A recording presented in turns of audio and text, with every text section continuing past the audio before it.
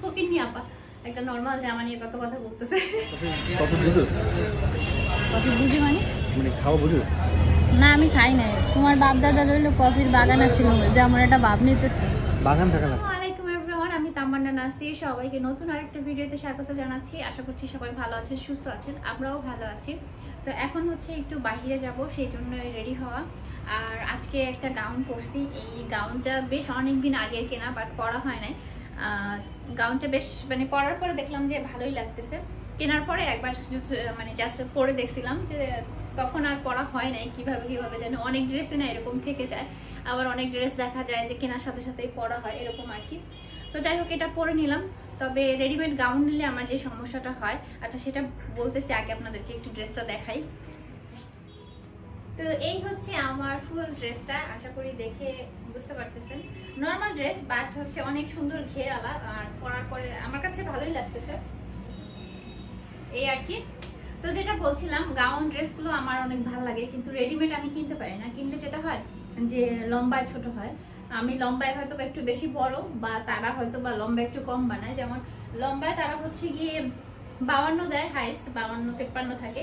But আমার ক্ষেত্রে যদি 55 হয় বা 56 হয়, সেক্ষেত্রে আরো ভালো হয়। 55 হলে তাও ঠিকঠাক মতো একদম পড়তে পারি, আর একটু উঁচা জুতা পড়লে আর একটু বড় হলে বেশি ভালো হয়। তা আমি মনে হয় লম্বা বেশি, এই জন্য সমস্যা হয়। তো যাই হোক, আর হাতাটাও দেখা যায় কি আরেকটু যদি বড় হয় তাহলে আরো বেশি ভালো হয়। তো সবকিছু মিলে আমার কাছে ভালো লাগতেছে এই আর কি। ভাবছিলাম কোথাও ঘুরতে গেলে হয়তো পরবো, বাট পরা হয় নাই। তো যাই হোক, কি বলে 1000-1200 টাকার জামার অনেক কি বলবো এক প্রাইস করে ফেলছি। আর করলে আপনারা বলবেন যে ফকিন্নি আপা একটা নর্মাল জামা নিয়ে কত কথা বলতেছে। তো আমার পাশে হচ্ছে আফিফ ঘুমায় আছে ওই সাইডে, একদম বিছানা সবকিছু লটর পটর করে। তারপরে তো যাই হোক, আমরা আজকে আবারও হচ্ছে গিয়ে আবরারের জন্যই বেসিক্যালি বাইরে যাব। কারণ ওই যে বলছিলাম যে ওর জন্মদিনে হলুদ ড্রেস পরাবো, আর হলুদ খুঁজতে খুঁজতে পাগলের মতো অবস্থা, এরকম একটা অবস্থা। কারণ যেহেতু উইন্টার, সব জায়গায় শুধু উইন্টার কালেকশন, কিন্তু আমাদের লাগবে হচ্ছে গিয়ে শার্ট, বা শার্ট পাচ্ছিলাম না মন মতো। ফর্মাল ড্রেস তো পাইনি, আর শার্টও পাইতেছিলাম না। পরে কাপড় কিনে শার্ট বানাতে দিছিলাম, তো সেই শার্ট নিয়ে বিশাল কাহিনী হয়েছে।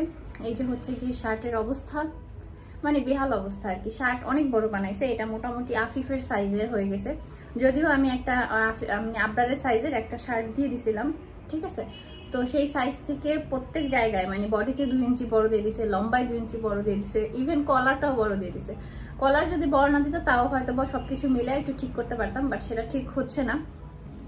এই হচ্ছে কি অবস্থা। তো সেই কারণে আর আমরা প্রথমে শার্ট বানাইতে দিচ্ছি, যেখানে শার্ট বানাতে দেওয়ার পরে সে কি করছে, আমরা তো তাকে প্লেন শার্ট বানাইতে বলছি এক কালারের, সে আবার নিজে থেকে বুদ্ধি খাটায় বলতেছে বাচ্চাদের শার্ট কেমন লাগবে, তাই ইচ্ছে মতো একদম লাল কালারের কলার, লাল এই যে এখানে পাইপিং, হাতায় পাইপিং, সব জায়গায় পাইপিং দিয়ে ভরা ফেলছে।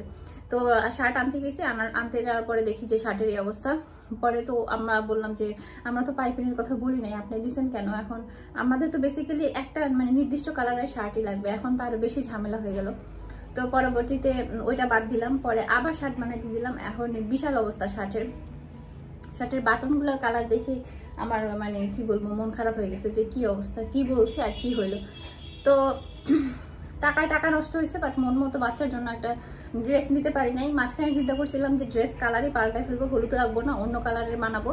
কিন্তু তখন কি হলো, ওই যে মনে মনে আগে থেকে কল্পনা করছি হলুদ কালারে বাচ্চাকে সাজাবো, তো ভাল লাগতেছিল না।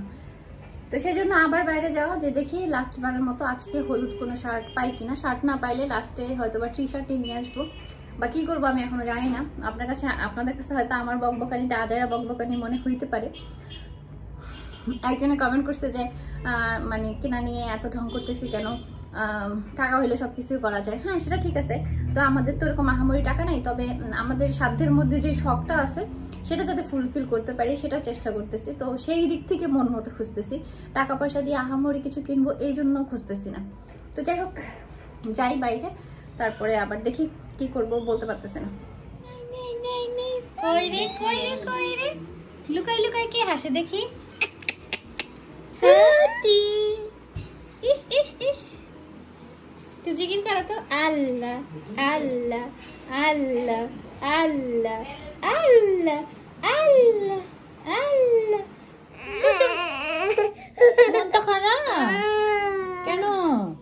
জন্মদিনে জামা পাও নাই তাই মন খারাপ? আহারে আহারে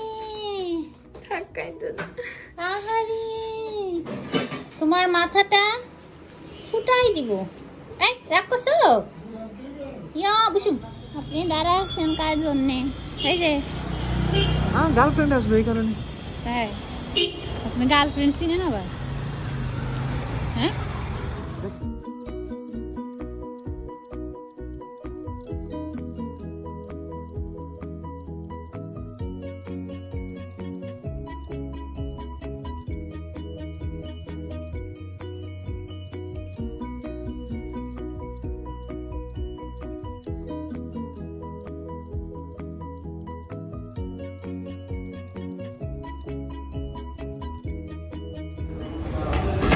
আমি আরো ভালো কফি খাবো। আজকে মনে বসে খাওয়ার সময় নেই, তুই লেগে এটা খা আজকে। না, আমি ফাঁকে চোখে কফি খাবো না।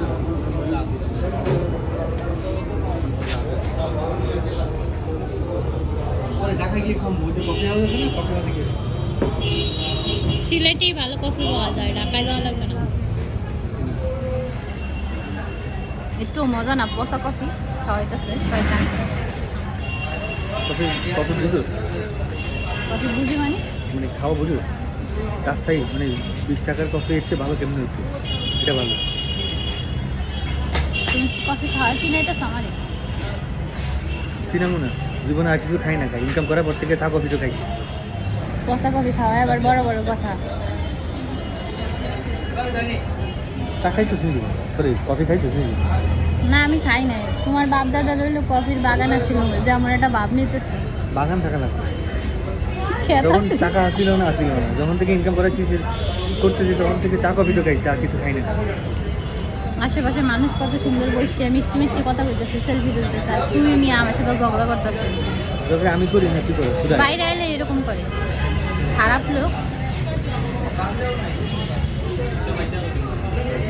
এই লোকটা কি পরিমাণ ফাজিল, দেখেন কেমনে হাঁটতেছে, দেখছেন? আশেপাশের মানুষ ভাবতেছে একেবারে ভালো হয়েছে। আরো হাঁটো।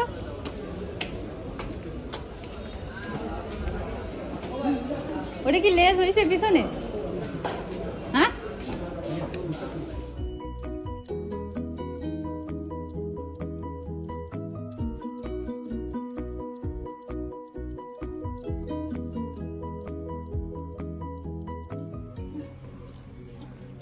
তো আজকে আবার বাইরে গেছিলাম, যেহেতু ভাবতেছিলাম যে দেখি আরেকবার শেষবারের মতো আবরারের জন্য মানে টি শার্ট পাই কিনা বা হচ্ছে গিয়ে শার্ট পাই কিনা, বাট পাইলাম না কোথাও। সব জায়গায় খালি উইন্টার কালেকশন।